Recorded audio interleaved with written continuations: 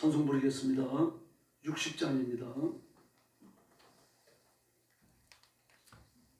찬송가 60장 부르겠습니다.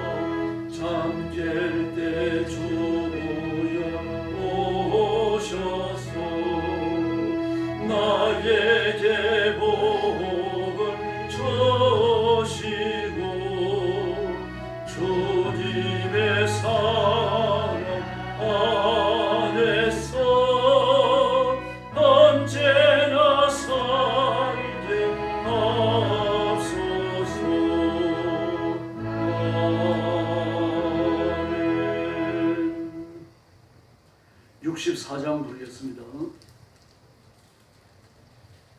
64장입니다.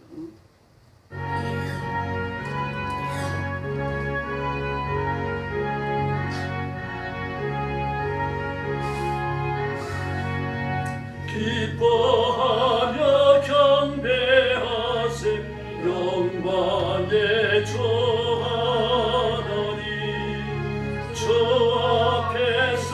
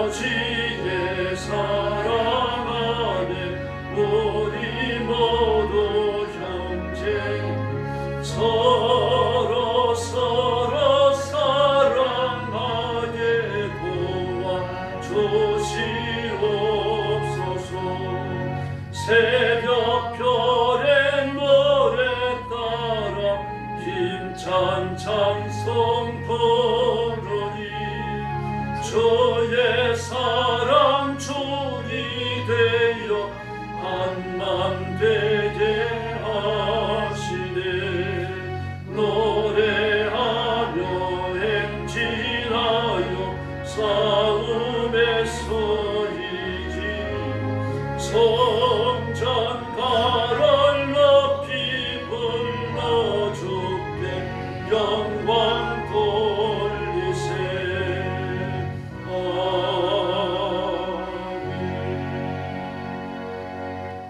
신앙 고백하겠습니다.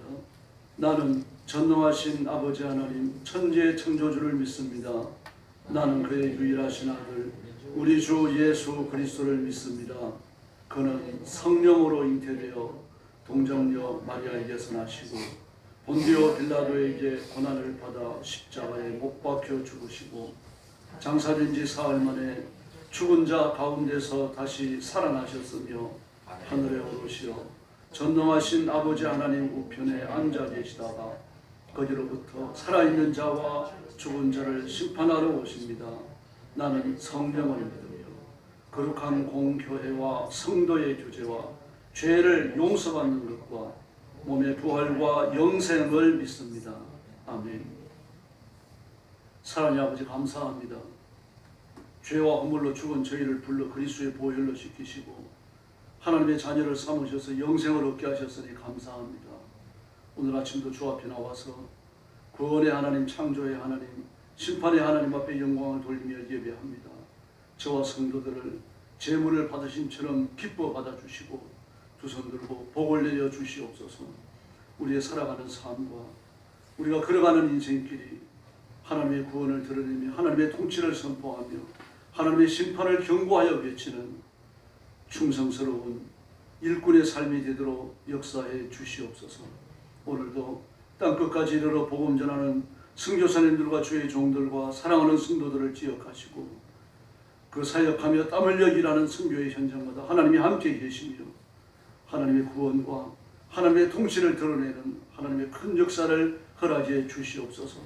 오늘 아침도 저희들이 말씀을 나눕니다. 주의 성령께서 뜨겁게 역사해 주시기를 원하오며 예수님의 이름으로 간절히 기도 올리옵나이다. 아멘. 하나님 말씀 봉독하겠습니다. 히브리서 10장입니다.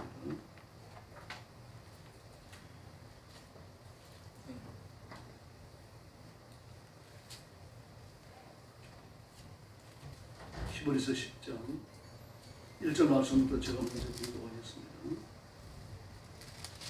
율법은 장차 올 좋은 일의 그림자일 뿐이요 참 형상이 아니므로 해마다 늘 드리는 같은 제사로는 나아오는 자들을 언제나 온전하게 할 수 없느니라. 그렇지 아니하면 섬기는 자들이 단번에 정결하게 되어 다시 죄를 깨닫는 일이 없으리니 어찌 제사 드리는 일을 그치지 아니하였으리요. 그러나 그 제사들에는 해마다 죄를 기억하게 하는 것이 있나니 이는 황소의 영수의 피가 능히 죄를 없이 하지 못함이라. 그러므로 주께서 세상에 임하실 때에 이르시되 하나님이 제사와 예물을 원하지 아니하시고 오직 나를 위하여 한 몸을 예비하셨도다. 번제와 속죄제는 기뻐하지 아니하시나니. 이에 내가 말하기를 하나님이여 보시옵소서. 두루마기 책에 나를 가리켜 기록된 것과 같이 하나님의 뜻을 행하러 왔나이다 하셨느니라. 위에 말씀하시기를 주께서는 제사와 예물과 번제와 속죄제를 원하지 아니하고 기뻐하지도 아니하신다 하셨고 이는 다 율법을 따라 드리는 것이라. 그 후에 말씀하시기를 보시옵소서. 내가 하나님의 뜻을 행하러 왔나이다 하셨으니 그 첫째 것은 패하심은 둘째 것을 세우려 하심이라. 이 뜻을 따라 예수 그리스도의 몸을 단번에 드림으로 말미암아 우리가 거룩함을 얻었노라. 제사장마다 매일 서서 섬기며 자주 같은 제사를 드리되 이 제사는 언제나 죄를 없게 하지 못하거니와 오직 그리스도는 죄를 위하여 한 영원한 제사를 드리시고 하나님의 우편에 앉으사 그 후에 자기 원수들을 자기 발등상이 되게 하실 때까지 기다리시나니 그가 거룩하게 된 자들을 한 번의 제사로 영원히 온전하게 하셨느니라.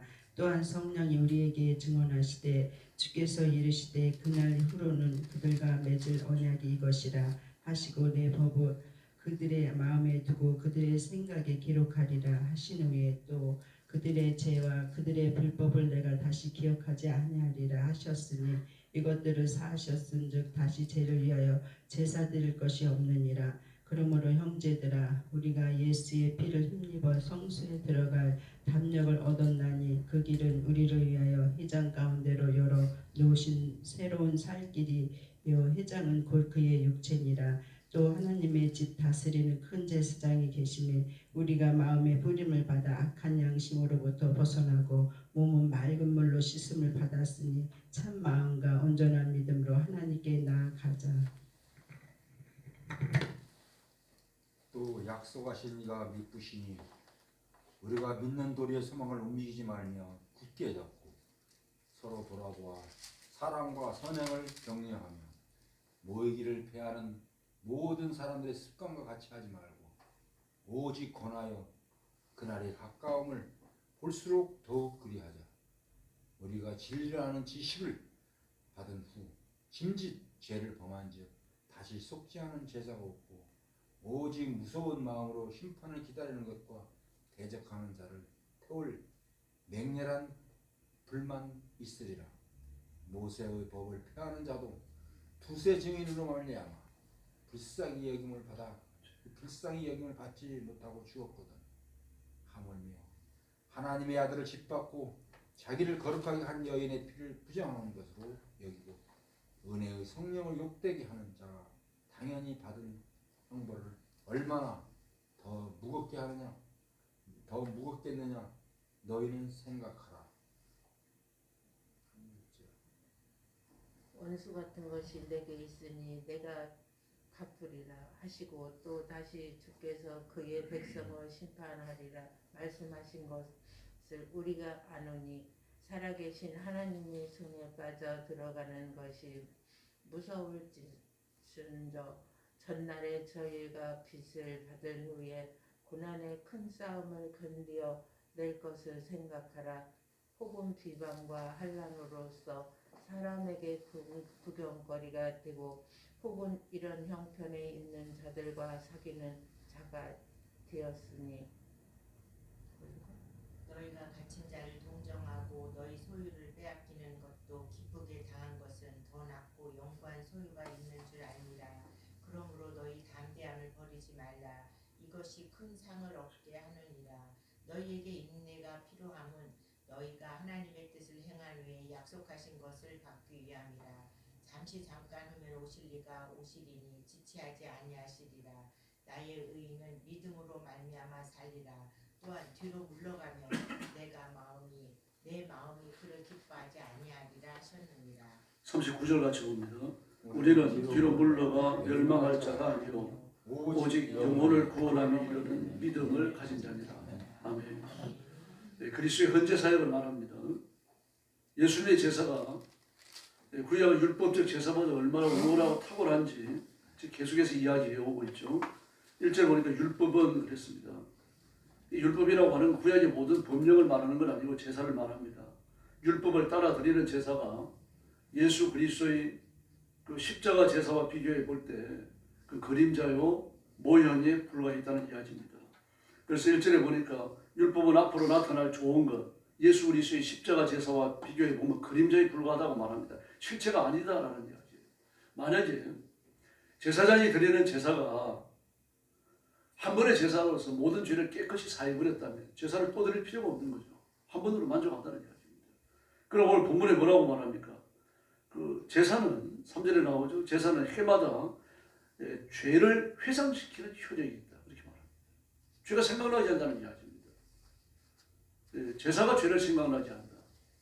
치환해서 생각하시면 됩니다. 죄를 지으면 제사 드려야 되겠다는 생각을 하게 된다는 이야기예요. 그리고 제사는 죄와 연결을 하는 거죠.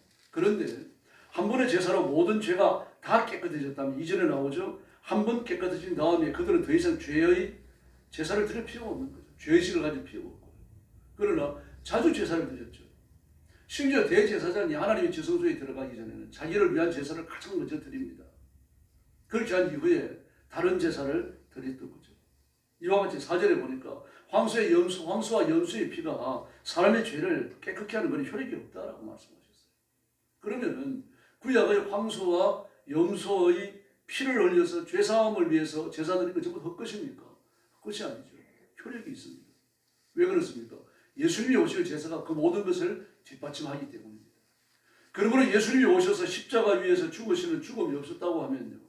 죽으시는 걸로 끝나고 부활하지 못하셨다고 하면 만약에 성령님이 오시지 않았다고 하면 구약의 모든 제사 예수님을 믿는 우리까지 지옥 가기로 가장 확실하게 결정된 사람들이 되는 거죠.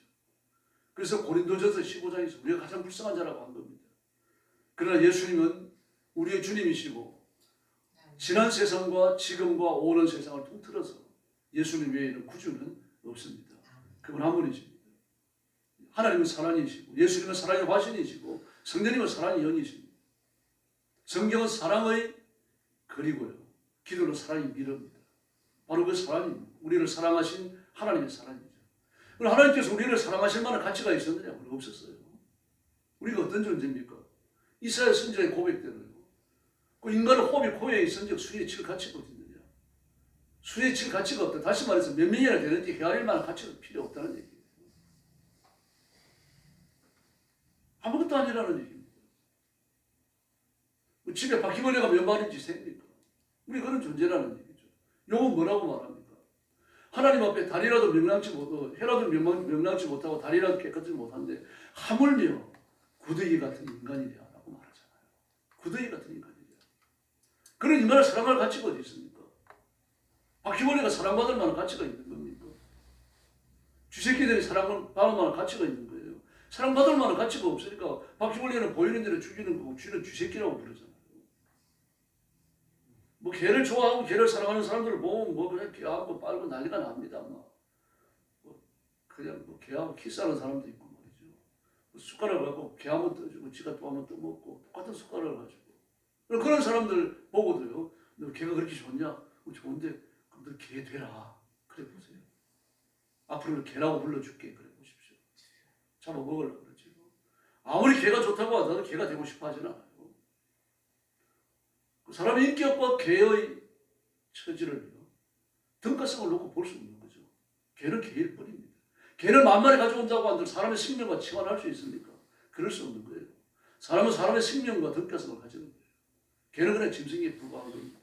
개가 사람을 물으면요. 그러니까 만약에 중태에 빠졌거나 사람이 죽으면요.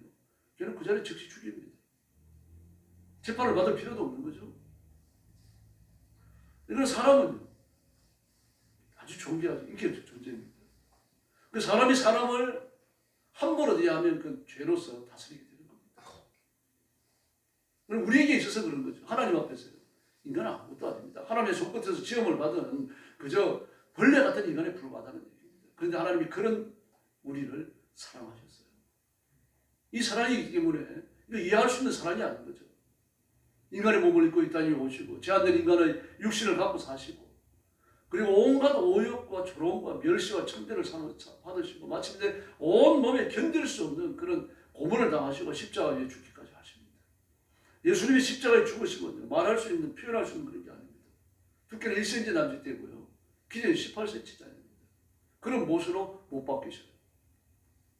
손등에 못을 박은 게 아니라 이 손모지에 못을 박습니다. 손등에 박아놓으면 체중을 높게 되고 찢어져 버립니다. 손모지입니다. 손목도 그냥 손목이 아니라 뭐 신경 다발이 지나가는 자리에 못을 박습니다. 그러면 어디에 못을 박아야 사람이 가장 큰 고통을 느끼는지 그걸 알고 있었던 거예요. 하도 많은 사형을 시행해 봤기 때문에 해방을 해본 것처럼 말이죠. 발바닥도 마찬가지입니다. 발바닥도요. 정중신경이 지나가는 신경 다발이 지나가는 그 장소예요. 거기에 발을 포여놓고 말입니다. 못질을 해댑니다. 그러므로 가장 아픈 건 못을 박아가지고 가장 아픈 곳을 찾아가지고 못을 박은 거예요. 견딜 수 없는 거죠. 온갖 고통이 휘몰아칩니다. 그래서 그 언약을 연구하는 사람은 예수님이 십자가에 못 박혀 있는 그동안은요. 온몸의 근육이라는 근육은 다 뒤틀렸을 것이라고 말합니다. 그럴 수밖에 없는 거죠. 몸에 혈압이 빠져나가니까 우울증에 걸리는 거죠. 신부전에 걸리는 거죠. 이게 전부 다 사람을 고통스럽게 합니다. 더불어 피가 모자라니까요. 심장에 탄력이 없어져 버립니다. 심장에 탄력이 없으니까 피를 펌프질해서 내보내야 되는데 내보내질 못하니까 심장 소리에 피가 고이는 거예요. 그리고 고인 피가 넘쳐 흐르는 거죠. 여기에서 오는 고통은 견딜 수 없는 것이라고 말합니다. 안팎으로 그런 고통을 줄 것이고 그리고 우리 죄가 사함을 얻는 겁니다. 우리가 내 죄를 사함받기 위해 가지고 대가를 지불하지 않았다. 그건 내가 지불하지 않은 거죠. 예수님이 지불하셨습니다. 엄청난 고통을 견딜 수 없는 고통을 통해서 그리고 예수님은 죽으셨어요. 그럼에도 불구하고 뭐라 그러십니까? 예루살렘 여자들아 나를 위해 울지 마라. 내가 얼마나 고통을 겪는지 그 불쌍해서 울지 마라. 나를 십자가에 못 박는 너희와 너희 자녀들의 죄를 위해서 그렇게. 그렇게 말씀하십니다. 그게 사랑의 사건입니다. 십자가는요. 무엇과도 비교할 수 없는 사랑의 사건이죠. 그 예수님께서는요. 8절 말씀에 보니까 이는 뭐라고 말씀하십니까? 주님은 제사와 예물과 번제와 속죄제를 원하지도 기뻐하지도 않으신다라고 말했습니다. 다시 말해서 우리의 죄를 사하는 것은 구약의 율법을 따르는 제사가 아니라는 얘기입니다. 예수님의 십자가만이 우리의 죄를 완벽히 사하시는 줄로 믿습니다. 이 사실을 완성하기 위해 갖고요. 이 사실을 결정하고 그리고 우리들에게 그 결과를 돌려주기 위해 갖고 예수님이 이 땅에 오신 거예요. 그래서 예수님의 사랑은 말로 할 수 있는 그런 사랑이 아닙니다. 주님 감사합니다. 이 말 한마디를 위해 갖고 우리는 정말 그 말 할 때마다 울어야 되는 거죠. 울음도 부족합니다. 100번을 고쳐죽더라도 부족한 거죠. 그 사랑을 우리가 입은 줄로 믿습니다. 그리고 9절 말씀에 보니까요. 뭐라고 말씀하십니까? 보세요. 나는 주님의 뜻을 행하러 왔습니다. 그 주님이 누굽니까? 아버지 하나님이죠. 저는 아버지 하나님의 뜻을 행하러 왔습니다. 근데 주님이라고 불렀어요. 왜 주님이라고 부릅니까? 인간의 몸을 입으신 자신을 사형수로 낮추신 겁니다. 그리고 주님이라고 불러요. 여호와 하나님, 아버지 하나님. 그 여호와라고 부를 수 있고 아버지라고 부를 수 있는데 그렇게 안 부릅니다. 주님이라고 불러요. 자신을 사형수로 낮추시고 아버지를 최대한 높이십니다. 그리고 내가 이 죄를 짊어지고 죽습니다. 이 사실을 지금 이 말씀 속에서 고백하고 있는 거죠. 그래서 예수님은 첫 번째 것을 폐하셨다. 율법을 폐하셨다. 이 말씀은 대선 율법이 우리의 죄를 사하기 위해 존재하는 게 아니라는 얘기입니다. 율법은 이제 용도가 바뀌어지는 거죠. 우리가 우리의 죄를 발견하기 위해서는 율법 앞에 서야 됩니다. 율법은 우리가 우리의 죄가 얼마나 더럽고 그 예수님마저 십자가에 못 박는 그렇게 악한 것인지를 깨닫고 이걸 가지고는 소망이 없다는 걸 알고 주님 앞에 무릎 꿇게 만드는 것은 몽학선생이라고 말합니다. 그리스도교를 인도하는 몽학선생. 그래서 예수님은 두 번째 것을 세우셨다고 말씀하셨죠. 첫 번째 것을 폐하셨기 때문에 두 번째 것을 세우시는데 두 번째 것을 세우시는 것은 10절에서 이야기하는 것처럼 자기 몸을 단 한 번 바침으로 세우셨다고 말합니다. 구약에서 율법적 조항을 따라가지고 제사를 드리는 사람은 자주 해야 합니다. 자주. 만약에 어떤 사람이 10번 죄를 지으면 10번 죄의식을 가지고 10번 죄를 회개해야 되겠다 마음을 먹으면 10번 제사를 드려야 되는 거죠. 그리고 대속죄일이 되어지면 그것도 부족해갖고 대제사장이 온 백성들의 죄악을 어깨에 짊어지고 가슴에 품고 그리고 아버지 앞에 들어가서 짐승의 피를 속죄소 위에 부었어요. 그리고 단 사면에 뿌리고 그리고 나온 이후에 죄가 용서되었다는 것이 선포됐던 겁니다. 이걸 눈으로 보여주는 것이 아사셀 용서입니다. 대속죄에 일어났던 기적 중에 하나입니다. 아사셀 용서를요. 광야에 풀어놓습니다. 대제사장이 자기의 자비를 들여가지고 다리를 놓습니다. 그 죽음의 골짜기, 흰놈의 아들의 골짜기에 건너가는 예루살렘에서 건너가서 죽음의 광야로 들어가는 그 다리를 놓으면요. 영수가 그 다리를 건너갑니다. 그 이후에는 다리를 파괴시켜버려요. 왜냐고 하면은 영수가 되건너면 큰일 나니까요. 만약에 되건너왔다 그러면 죄가 용서되지 않은 겁니다. 1년 동안에 지은 죄를 하나님 앞에 회개하고 가벼운 마음으로 1년을 살아가야 되는데 영수가 되돌아오므로 지금까지 대속죄를 지켰던 것이 전부 다 무효가 되어지고 하나님 앞에 용서받지 못한 그런 일이 벌어지니까 다리를 무너뜨립니다. 단 한 번 쓰기 위해서 다리를 놓아요. 그 다리를 놓았는데 영수가 건너갑니다. 건너가면 영수가 아무데나 가도록 하지 않습니다. 영수가 어느 지역을 통과하도록 적당히 조정을 합니다. 그 영수가 통과하는 지점마다 깃발을 걸어놔요. 붉은색 깃발입니다.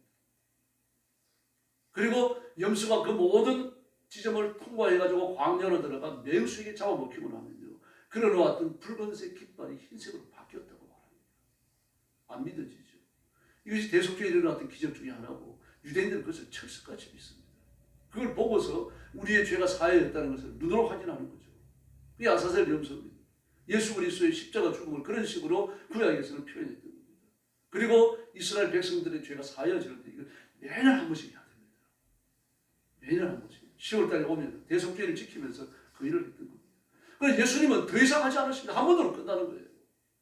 그래서 예수님께서 이미 맑은 물로 씻김을 받고 참된 마음으로 하나님을 섬기는 우리는 이 23절 말씀에 보니까 흔들리지 말고 우리가 고백하는 그 신앙을 굳게 잡고 마음을 써가지고 사랑과 선한 일을 하도록 서로 격려하면서 열심히 모여가지고 하나님을 찬양해야 되는데 이걸 하지 않냐고 돌아서 나가는 거죠.